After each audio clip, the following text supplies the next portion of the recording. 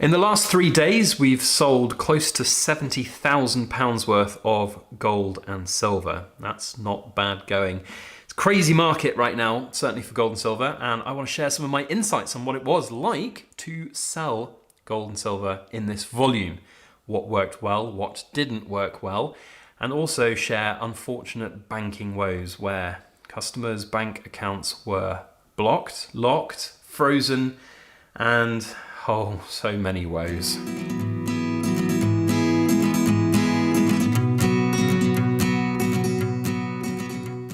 Hello everybody, Backyard Bullion here, and a very warm welcome to you all joining me for another precious metal ramble.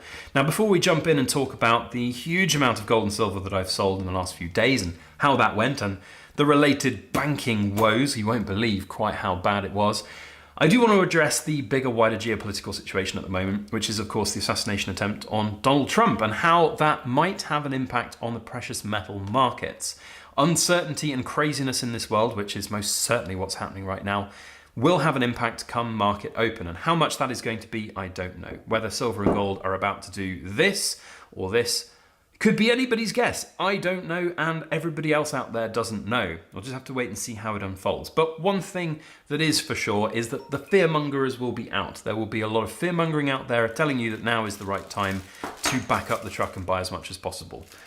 Just be careful and safe is my message, and don't go too big. If you go overboard with your finances, you might well be in trouble at the other end. So just be very careful and safe about your investments.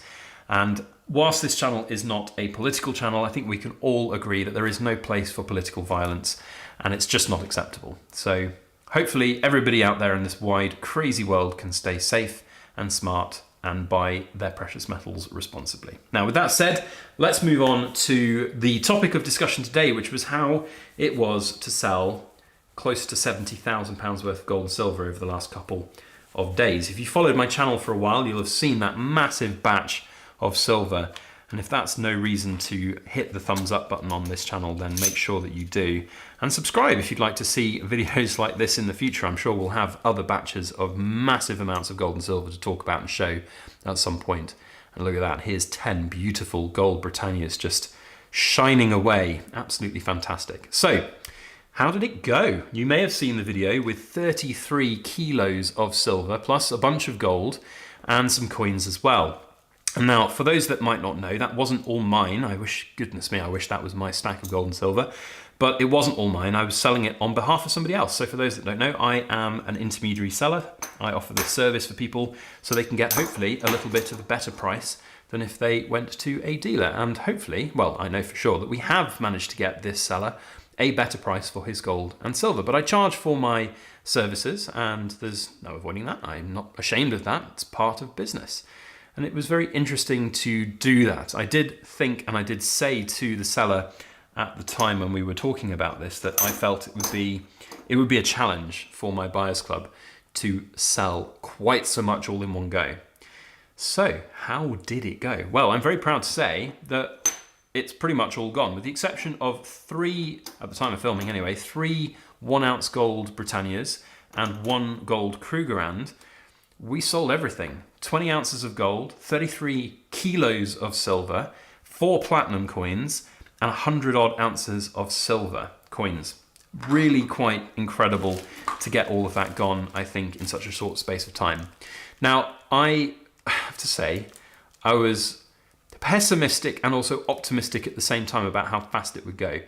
Now, we've had a lot of silver sold and a lot of gold sold over the last 18 months during this service, and I'm very proud to say that we've done nearly £1 million worth of sales in other people's gold and silver through this intermediary service. And I genuinely thought that we'd found either the tipping point or close to it, basically, with this batch.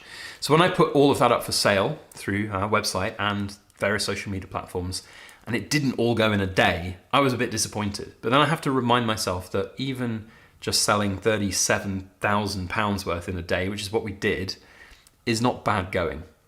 And the seller was very happy and very complimentary about it. And in fact, so was Mrs. Backyard Bullion. She had a lot of very positive things to say when I was a little bit deflated. I kind of wanted to beat my own, I wanted to beat myself. I wanted to basically just say, do you know what? look how good we can do this. We managed to sell this much in this short space of time.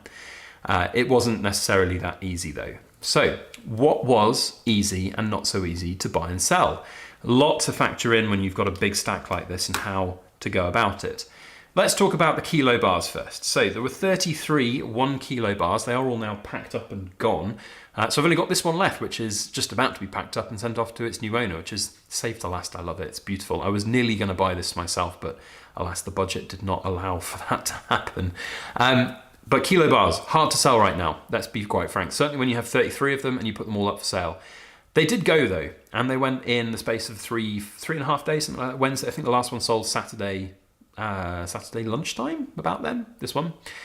So they did all go. You have to price them low to the ground though. So in terms of like how the seller did and how much extra he got compared with selling to a dealer, on some of the bars he got pretty much the same as if he would have sent it to a dealer, barring the fact that he would have had to either drive up to a dealer or post them, which would have been expensive. He'd probably ended up a little bit ahead on some of the bars. Some of the other bars, which had a little bit of a premium, like this one, he got a fair bit more than would have liquidated to a dealer, which I'm very proud of. I think that's very good.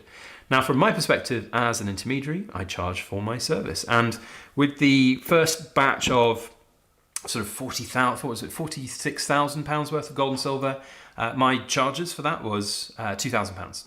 So, you know, I make money. It's a lot of work though. It's a lot of work. And stressful work as well, I'm going to say, because you know, finding 33 buyers of silver kilos, there were a few that bought a couple, but it was on about 25 different individual customers, liaising with them all. Then there was the gold. We had a bunch of customers for those, liaising with all of those customers as well. Very, very tough to do. And of course, the manual labor of packaging, I've kept a rough accounting of it, and I've done approximately, about 30 hours worth, I think, this week. So give or take, maybe a little bit more, I don't know. Depends what you class as working hours, really. So yes, that is quite a lot of time and energy. But the biggest stress of it was around the banking. And look, I don't like talking about banking every day, but I'm gonna have to talk about banking because unfortunately with this, there were some issues with buyers getting money over to the seller. There were times where the banks were just stopping those payments. Fortunately, by the way, before you shout at me for dropping these Britannias, these are mine. These are not somebody else's, so I don't mind dropping them. Anyway, banking. Yes, unfortunately, some banks did not like sending money to the seller and would put the fraud blocks on it. In a few cases, people had to ring up their banks and go through really high amounts of rigmarole to get the the payments released, which was it's just a shame. It's just annoying, and from my perspective, it just is frustrating because it does mean I have to keep on top of it. I have to like constantly check, has it gone through? Have you pushed it through yet? You know, it's not great from my experience, and it's not a good buy experience, and it's the seller also frustrating as well. Which is just part now of what it is. But the seller also experienced some banking issues here as well. You know, when he received all of this money in various different size transactions, ranging from £26 all the way up to, £3,000. I think the largest transaction was over £7,500. So single transactions, you're fine. The bank's probably going to be like, oh, someone sent me some money, fine. But if you then suddenly have a flurry of them coming in all in one go, I feel like now with the way that the banks are super protective of their liabilities when it comes to fraud and fraud cases and having to refund buyers when things are not right, that unfortunately they are just going the nuclear option. And our seller experienced that and had some really serious questions to answer from his bank, had to be put through quite a lot of unpleasant experiences with that. And he's now told me that as soon as this is all done and he's moved the money out of the account, that account is being closed. I'm not going to name and shame the bank. That's not really my prerogative, certainly considering it's not my bank. But it certainly did sort of yield some interesting discussions about that. So from my perspective as an observer as well, I thought it was interesting to see how it all went. And the fact that this person has been able to liquidate that much gold and silver on the private market in a short space of time, I think is really interesting. So there is some positives to be taken away from this. Whilst, yes, there are some banking issues, we are now sort of past those issues in the sense that the monies are all in the right place that they need to be. the time of filming anyway, and everything is all above board and great, and we've done a really good job. You know, I've earned my keep for this particular order and the time, energy and effort. And also, just before, I know that there'll be some people out there who might comment on this going, well, you earned £2,000 for like less than a week's work. Yeah, I have, and I'm very proud of that. But, you know, whilst £2,000 for 30 hours worth of labour seems like a pretty good hourly rate, it's really not that amazing. And the fact that you've also got behind it years, literally years of reputation building and energy and effort and time putting into my business and everything that we've built, you know, you kind of look at it and you think, is it really worth it for all the stress? Not to mention the liability of obviously having nearly £70,000 worth of somebody else's precious metals in my possession for a short period of time. That's always sketchy and scary. We keep everything off-site in secure storage until it's ready to be shipped. But it's an extra cost, it's an extra burden, extra time burden as well. So it's very, very difficult to really kind of manage, I think. And I can see the issues around banking and the fact that I have to deal with all of this crap, because I do have to liaise with the buyers. It makes the buyers a bit worried, you know, are they being scammed if somebody's got banks reversing credits and all of this crap. You know, it's not great, and I don't like that. I really don't like that. And hopefully the buyer and seller have had good positive experiences, or the buyers, I should say, and the seller have had good positive experiences from our service. But I can see this causing me to just say, do you know what, it's just not worth it. I don't do this to make so much money that I can retire. Like £2,000 is a lovely amount of money for me to earn to do this. And I'm very grateful to be in a position to even do that. But I don't have any envisagement that this is me going to make £1 million business. To do that, I'd have to put in so much labour and hour and risk and time and money and resources, and that's not for me. I just don't care enough to do that. I like being able to get people more money, and that is something I care about. But from earning like £1 million from doing something like this and working that hard to do it is just not for me. I've been there and done that in kind of corporate situations where I've worked very hard, long hours and stressful environments, and it's just not for me. So it has to be fun, has to be enjoyable, has to be entertaining, have to be able to do something creative with it, like make content like this. And that's, I think, what we've done. So a lot of really interesting lessons to be learned about what's good and what's not good, I think. And I will summarize very briefly now. Coins, get coins, don't buy bars, but also buy bars if they're cheap. So bars are good. I love silver bars. I love big kilo silver bars. In fact, I got one of my other ones out here as well the other day. Here's a lovely Australian ABC refinery. Beautiful old kilo here. I love these. So, you know, kilos have a place in my heart for sure, but from a liquidity point of view, coins just seem to be better. And of course, Britannias are one of the best ones in terms of liquidity out there. You get the best prices for them at the moment, certainly on a silver front. In terms of the size, actually, we haven't talked about size. So 1 ounce gold coins are hard to sell. Elephant in the room time. You know, these have to be priced very low to the ground and very cheap to be attractive. I remember the days not that long ago, a couple of years ago, where you put some gold up on various social media for 3% over spot price and it would go like that. I bought at 3% over spot price on social media and thought, I've got myself a deal and a half here. But now, 2% over, including delivery, it just sells so slowly.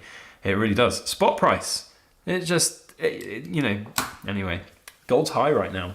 It is high. So, full circle, let's get back round to the bigger, wider picture here. Be careful out there. Certainly when you're looking to buy your precious metals, make sure you're not paying too much from unscrupulous dealers, and just be safe. Just be safe about what you're buying and how much you're buying. Certainly, if you're going to hear a lot of rhetoric out there right now about the crazy world situation that's happening.